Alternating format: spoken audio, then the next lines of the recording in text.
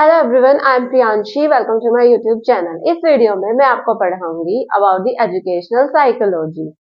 इससे पहले की वीडियोस में हम साइकोलॉजी के बारे में बहुत कुछ जान चुके हैं। हमने पढ़ा था कि व्हाट इज द साइकोलॉजी। तो साइकोलॉजी दो ग्रीक वर्ड से मिलके बना है psychology, that is psyche plus logos. Psyche का मतलब होता है सोल, माइंड और behaviour, and logos is the study.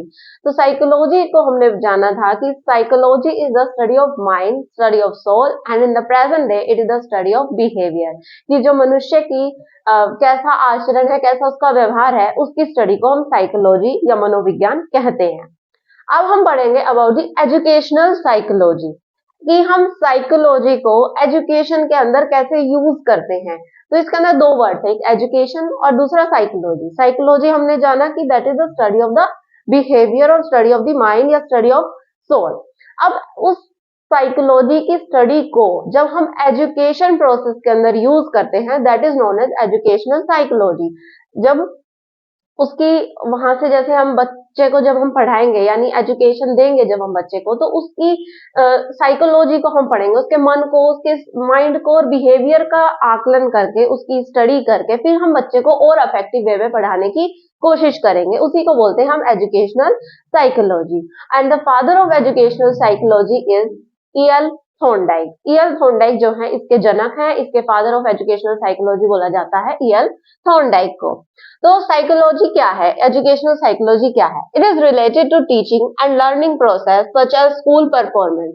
जो एजुकेशनल साइकोलॉजी है वो रिलेटेड है टीचिंग और लर्निंग प्रोसेस की, कैसे हम पढ़ा रहे हैं और कैसे हम सीख रहे हैं, उस प्रोसेस से रिलेटेड है एजुकेशनल साइकोलॉजी। जैसे स्कूल परफॉर्मेंस के अंदर कि बच्चा कितना अच्छा कर पाएगा, इसकी स्टडी भी हम एजुकेशनल साइकोलॉजी से कर सकते हैं। टीचर कितना इफेक्टिवली, किसे अलग अलग तरीके से टीचर जो है पढ़ाए ताकि बच्चे की एक इफेक्टिव लर्निंग हो सके, तो उसी को हम बोलते हैं एजुकेशनल साइकोलॉजी। कि हम साइकोलॉजी को अप्लाई कर रहे हैं अपने एजुकेशन प्रोसेस के अंदर, अपने टीचिंग लर्निंग प्रोसेस के अंदर, दैट इज एजुकेशनल साइकोलॉजी।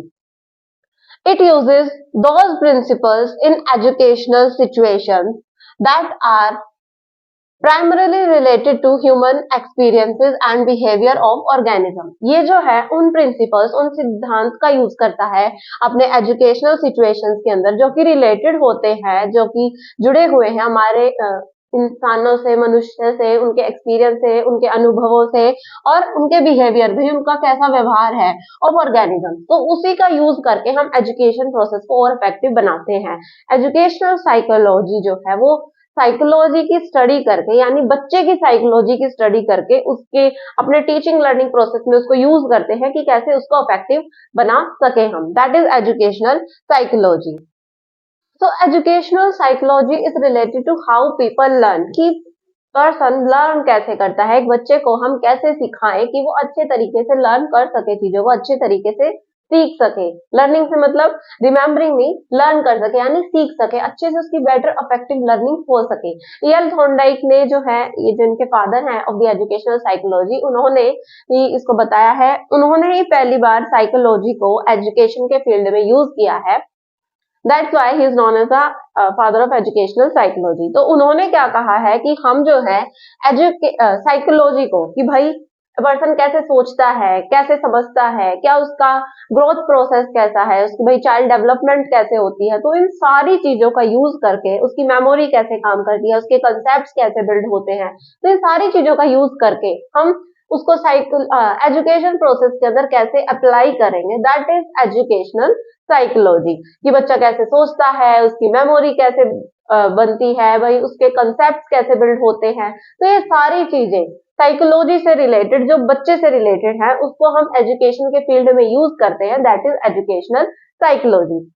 जैसे हमने प्रीवियस वीडियोस में स्कूल्स ऑफ साइकोलॉजी पढ़े थे, आठ स्कूल्स ऑफ साइकोलॉजी पढ़े थे। जैसे उसके अंदर एक बिहेवियरिज्म स्कूल था, तो बिहेवियरिज्म स्कूल ऑफ साइकोलॉजी ये बोलता है कि हम जैसे जैसे बार बार अपने बिहेवियर को रिपीट करते जाएंगे, यानी स्टिमुलस रिस्पॉन्स बॉन्ड हमने सीखा था कि बार बार हम एक चीज को दोहराते जाएंगे, यानी कि बार बार रिपीटिशन करते जाएंगे, तो वो हमें अफेक्टिवली लर्न होता जाएगा। तो उसको हम कैसे यूज करेंगे एजुकेशन के अंदर? बिहेवियरिस्ट साइकोलॉजी मानेगी कि भाई हमें बार बार चीजों को रिवाइज करते रहना चाहिए, नहीं है और इससे जो है हमारी इफेक्टिव लर्निंग हो जाएगी। कॉग्निटिविज्म मानेगा कि ज्यादा से ज्यादा हम सोचने के ऊपर बल दे, सोचे चीजों को, थिंक करे, अपनी थिंकिंग प्रोसेस के ऊपर लर्न करे, कॉग्निटिव मेटा कॉग्निशन डेवलप करे। तो ये सारी चीजें जो हमने स्कूल्स ऑफ साइकोलॉजी पढ़े थे उनके अंदर से जो अफेक्टिव चीजें हैं कि वो लर्निंग प्रोसेस के अंदर कैसे यूज हो सकती है, that is all about educational psychology.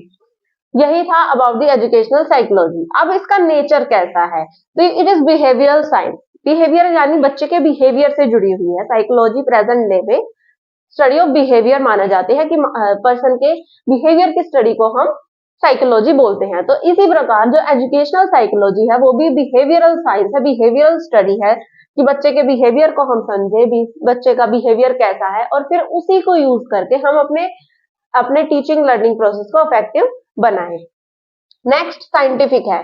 जो साइकोलॉजी है वो भी एक साइंस है और एजुकेशनल साइकोलॉजी भी एक साइंस है, यानी इसके अंदर फैक्ट्स, एक्सपेरिमेंट्स करते हैं, हम फैक्ट्स का यूज करते हैं, ऐसे ही कुछ मतलब कि एक्सपेरिमेंट करते हैं, हम देखते हैं कि वो चीज सही से अप्लाई होगी या नहीं होगी।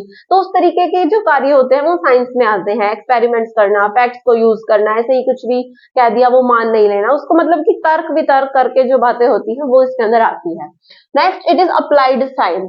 अप्लाइड साइंस है, जैसे हम साइकोलॉजी के फील्ड को, साइकोलॉजी की थ्योरीज को हम अपने एजुकेशन के अंदर अप्लाई कर रहे हैं तो इसको अप्लाइड साइंस बोला गया है, एजुकेशनल साइकोलॉजी को। Next that it is social science. Social science ऐसे है कि हम बच्चे को सोसाइटी के साथ अडेप्ट कर सके, इसलिए हम उसको पढ़ाते हैं, उसको एजुकेशन देते हैं ताकि वो सोसाइटी के अंदर अपनी एक पहचान बना सके, अपनी पर्सनैलिटी डेवलप कर सके और सोसाइटी के साथ एडजस्ट हो सके। तो educational psychology is also a social science. Next इसका नेचर आता है that is it is positive science. Positive reinforcement की बात करते हैं, पॉजिटिवनेस लेकर आने की बात करते हैं कि कैसे जो हम बच्चे को पॉजिटिव बिहेवियर हम बच्चे का डेवलप करें, पॉजिटिव पर्सनैलिटी उसकी डेवलप करें, पॉजिटिव वे में हम उसको पढ़ाएं ताकि टीचिंग लर्निंग प्रोसेस जो है इफेक्टिव हो सके। तो ये था about the nature of educational psychology. Next we will study about the field of educational psychology, यानी स्कोप क्या है इसका, क्या क्या चीजें हम एजुकेशनल साइकोलॉजी के अंदर पढ़ते हैं। Let's study about it's field और स्कोप ऑफ एजुकेशनल साइकोलॉजी। तो इसमें फर्स्ट आता है solving critical problems of education, कि ये जो है एजुकेशनल साइकोलॉजी है, इसका फील्ड ये है, इसका स्कोप ये है कि हमें जो है ये जो क्रिटिकल प्रॉब्लम्स आती हैं एजुकेशन प्रोसेस के दौरान उसको सॉल्व करने में हेल्प करता है कि भाई बच्चा सीख क्यों नहीं रहा है, बच्चा डर क्यों रहा है। तो ये सारी चीजें हम जानने की कोशिश करते हैं साइकोलॉजी की मदद से और उसको एजुकेशन के प्रोसेस में हम फिर अप्लाई करते हैं।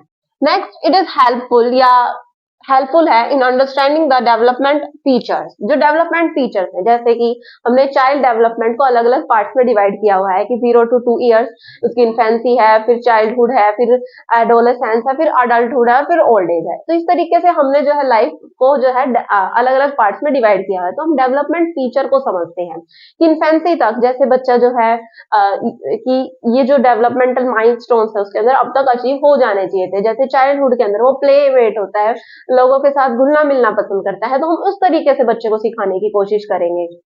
इन्फेंसी के अंदर वो सेंसेस से सीखता है, अपने जो हमारे 5 सेंस ऑर्गन्स है उसके उनसे सीखता है, तो हम उनको यूज करने की कोशिश करेंगे। तो डेवलपमेंटल फीचर्स जो है, डेवलपमेंट जो माइलस्टोन्स हैं, हमें उनका पता चलता है साइकोलॉजी के थ्रू और फिर हम उसी को यूज करके अपने करिकुलम को डेवलप करते हैं, अपने सिलेबस को डेवलप करते हैं कि हम उसी तरीके से अपनी एजुकेशनल एक्टिविटीज भी बनाएंगे ताकि बच्चे की इफेक्टिव लर्निंग हो सके। Next it is helpful in making lesson plan effective. Lesson plan को इफेक्टिव बनाने में मदद करता है। जब हमारे पास नॉलेज होगी बच्चे का बिहेवियर कैसा है, उसके इंटरेस्ट क्या है, उसकी लाइक क्या है, उसकी डिसलाइक क्या क्या है, तो एक लेसन प्लान जो है बहुत इफेक्टिव बनेगा। और हमें पता है कि भाई इस एज पे बच्चे को ये डेवलपमेंटल माइलस्टोन उस बच्चे के अंदर अचीव होता है, इस तरीके से वो सोचता है, इस तरीके से वो काम करता है, तो उससे जो हम अपना लेसन प्लान भी इफेक्टिव वे में बना सकेंगे। The next is develop teaching and learning process. Develop कर पाएंगे हम अपने टीचिंग लर्निंग प्रोसेस को और वो भी इफेक्टिव वे में। एजुकेशनल साइकोलॉजी क्या है, हम बच्चे को साइकोलॉजी का यूज कर रहे हैं एजुकेशन प्रोसेस के अंदर, यानी अपना जो टीचिंग लर्निंग प्रोसेस है, सीखना और सिखाने का जो प्रोसेस है, एक टीचर के लिए बहुत हेल्पफुल है एजुकेशनल साइकोलॉजी की। वो कैसे बच्चे को पढ़ाएगी, कैसे उसका टेस्ट लेगी, कैसे उसका इवेल्युएशन करेगी, कैसे उससे बात करेगी, तो ये सारी चीजें जो है एजुकेशनल साइकोलॉजी में आती हैं। Next creates knowledge of individual differences. Psychology हमें ये भी बताता है कि इंडिविजुअल डिफरेंसेस एग्जिस्ट करते हैं, कि हर बंदा या हर पर्सन जो है एक जैसे नहीं होते हैं, सब बच्चे एक जैसे नहीं होते हैं, उनके अंदर इंडिविजुअल डिफरेंसेस होते हैं, सब अलग अलग होते हैं। कोई सोचता अलग तरीके से है, कोई बात अलग तरीके से करेगा, किसी का आईक्यू कम होगा, किसी का आईक्यू ज्यादा होगा, किसी का भाई कुछ स्किल्स अच्छे होंगे, किसी के वो स्किल्स बेकार हो सकते हैं, किसी की राइटिंग अच्छी होगी, किसी की राइटिंग पुअर होगी, किसी की रीडिंग स्किल्स अच्छी होंगी, किसी की नहीं होंगी, किसी की भाई कोई अच्छे तरीके से बोल पाएगा और कोई अच्छे तरीके से नहीं बोल पाएगा। तो इंडिविजुअल डिफरेंसेस एग्जिस्ट करते हैं और एनवायरनमेंट के ऊपर भी बेस्ड होते हैं और हमारी हेरिडिटी के ऊपर भी बेस्ड होते हैं। तो इंडिविजुअल डिफरेंसेस के बात को हर टीचर समझे और उसी तरीके से अपने लेसन प्लान को बनाए, ताकि क्योंकि हमें जो है अपने क्लासरूम को इंक्लूसिव क्लासरूम बनाना होता है, कि हम सभी बच्चों को एक साथ बिठा के उनकी नीड्स को, उनके इंटरेस्ट को ध्यान में रखते हुए हम बच्चों को इफेक्टिव लर्निंग प्रोवाइड कर सके। तो इंडिविजुअल डिफरेंसेस के कंसेप्ट को समझने में भी एजुकेशनल साइकोलॉजी हमारी मदद करती है। Knowledge about heredity and environment. Heredity और एनवायरनमेंट जो एक नेचर और नर्चर की डिबेट है, उसको समझने में भी हमारी साइकोलॉजी मदद करती है। हेरिडिटी यानी जो क्वालिटीज हमें अपने पेरेंट्स से मिली हैं, जो हमारी जेनेटिक चीजें हैं, वे तो वो हो गई, और दूसरी एनवायरनमेंट जो हम अपने आसपास की सराउंडिंग के साथ इंटरेक्ट करते हैं, उससे जो हमारी स्किल्स वगैरह एक्वायर हुई हैं, तो उसके डिफरेंस को, उन दोनों के इम्पोर्टेंस को समझने में एजुकेशनल साइकोलॉजी हमारी मदद करती है। कि ना ही सिर्फ हेरिडिटी अकेली काम करती है बच्चे की पर्सनैलिटी या बच्चे को डेवलप करने में, और ना ही अकेला एनवायरनमेंट अफेक्ट करता है, दोनों जो है मिलकर एक बच्चे को डेवलप करते हैं पूरी तरीके से। हेरिडिटी होता है जेनेटिक्स, यानी जो पेरेंट्स से हमारे जीन्स वगैरह आते हैं, दैट इज हेरिडिटी। भाई आई का कलर कैसा होगा, हमारे बाल कैसे होंगे, हमारी बॉडी स्ट्रक्चर भी इवन डिपेंड होता है ऑन दी हेरिडिटी। और एनवायरनमेंट पे हमारा डिपेंड होगा कि हम कैसी लैंग्वेज बोल रहे हैं। अगर लैंग्वेज कैसे बोल रहे हैं, हमारी कल्चर कैसे होगी, तो वो सारी चीजें एनवायरनमेंट के ऊपर डिपेंड है। तो दोनों अफेक्ट करते हैं बच्चे के डेवलपमेंट प्रोसेस को। तो टीचर को ये बात समझनी चाहिए कि हेरिडिटी का भी अफेक्ट पड़ता है और एनवायरनमेंट का भी अफेक्ट पड़ता है। दोनों जो है एक दूसरे को अलग नहीं कर सकते हैं हम, और दोनों को ये नहीं बोल सकते कि सिर्फ हेरिडिटी का अफेक्ट है या सिर्फ एनवायरनमेंट का अफेक्ट है। दोनों को काउंटर अलग अलग करके हम नहीं रख सकते हैं। दोनों को टीचर समझे और फिर जो है अपने लेसन प्लान को, अपने टीचिंग प्रोसेस को इफेक्टिव बनाने की कोशिश करें, सभी बच्चों के एनवायरनमेंट को, सभी बच्चों के हेरिडिटी को ध्यान में रखते हुए। जैसे कि कोई बच्चा अगर सोशली और एजुकेशनली बैकवर्ड बैकग्राउंड से है, तो उसको टीचर और अच्छे तरीके से पढ़ाए। किसी की लैंग्वेज भी अलग हो सकती है, तो उसको अलग तरीके से पढ़ाए। तो इस तरीके से जो है टीचिंग जो टीचर है वो एजुकेशनल साइकोलॉजी का यूज करें।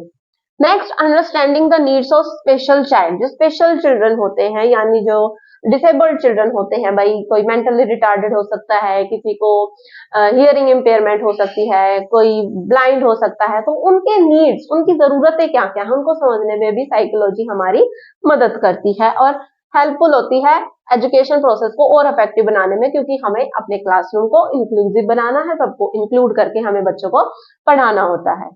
नेक्स्ट आता है assistance information of curriculum, principles of evaluation, methods to teach different discipline. यानी हमें असिस्ट करती है एजुकेशनल साइकोलॉजी, टीचर्स को असिस्ट करती है, हेल्प करती है किस चीज के अंदर, फॉर्मेशन ऑफ करिकुलम, कि कैसे करिकुलम बनाया जाएगा। करिकुलम होता है कि एक student from the nursery to the class 12 या जब तक वो स्कूल में है, उसका करिकुलम कैसे डेवलप किया जाएगा, कौन सी एक्टिविटी होगी, पढ़ाई में क्या हम कराएंगे, उसकी फिजिकल डेवलपमेंट के अंदर हम क्या योगदान देंगे, भाई उसकी सोशल स्किल्स को कैसे डेवलप करेंगे। तो everything is related to the curriculum, सारी चीजें, सिर्फ सिलेबस नहीं। सिलेबस होता है कि सिर्फ किसी स्पेसिफिक सब्जेक्ट का हम कोई सिलेबस बना दे कि भाई इस टाइम पे ये पढ़ाना है, इस टाइम पे ये पढ़ाना है। करिकुलम होता है होल प्रोसेस, जिसके अंदर एक्टिविटीज भी आती हैं, टेस्ट भी आते हैं, अलग अलग सब्जेक्ट्स भी इंक्लूडेड होते हैं, फिजिकल एक्टिविटीज भी होती है, सोशल एक्टिविटीज भी होती है, ताकि बच्चे की फुल ही पर्सनैलिटी डेवलपमेंट हो सके। तो जो एजुकेशनल साइकोलॉजी है वो हेल्प करती है in the formation of curriculum, कि हम करिकुलम को कैसे डिजाइन करेंगे, क्योंकि हमने अभी पढ़ा कि हेरिडिटी और एनवायरनमेंट के बारे में हमें बताएगी, स्पेशल चिल्ड्रन के नीड्स के बारे में बताएगी, इंडिविजुअल डिफरेंसेस के बारे में साइकोलॉजी हमें देती है ज्ञान। देन वो हमें डेवलपमेंटल माइलस्टोन्स के बारे में बताती है कि एज तक इस बच्चे का ये डेवलपमेंट जो है हो जानी चाहिए कि या हो जानी चाहिए। तो उससे जो है हमें पता होगा कि हम अपने करिकुलम को कैसे डेवलप करें।